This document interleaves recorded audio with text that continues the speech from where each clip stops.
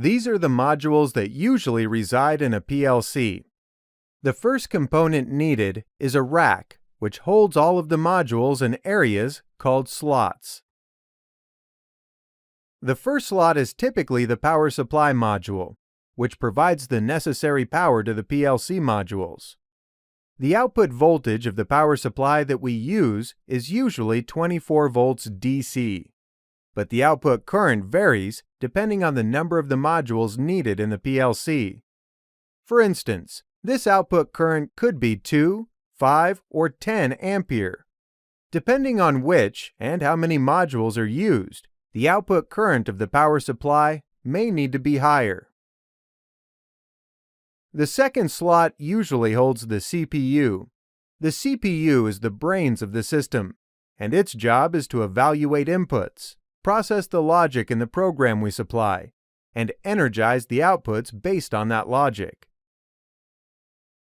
After the CPU, we may have any number of different input and output modules depending on the signals and components that we want to monitor and control within the process. If we have both digital and analog signals in the process, we would install a digital input module here and install an analog input module in the next slot.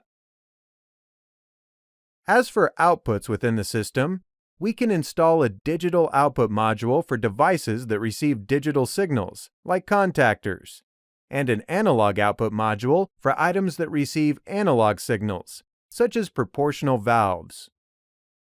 Depending on which module models are selected, between 8 and 32 separate signals may be connected to these I/O modules. Some applications require that particular signals are processed with higher accuracy. Those signals may not be connected to the standard I/O modules, but instead require specialized modules called function modules, or FMs. FMs process signals independent of the CPU, therefore providing for higher accuracy. Another module that may be installed in this rack is a communication processor, or CP.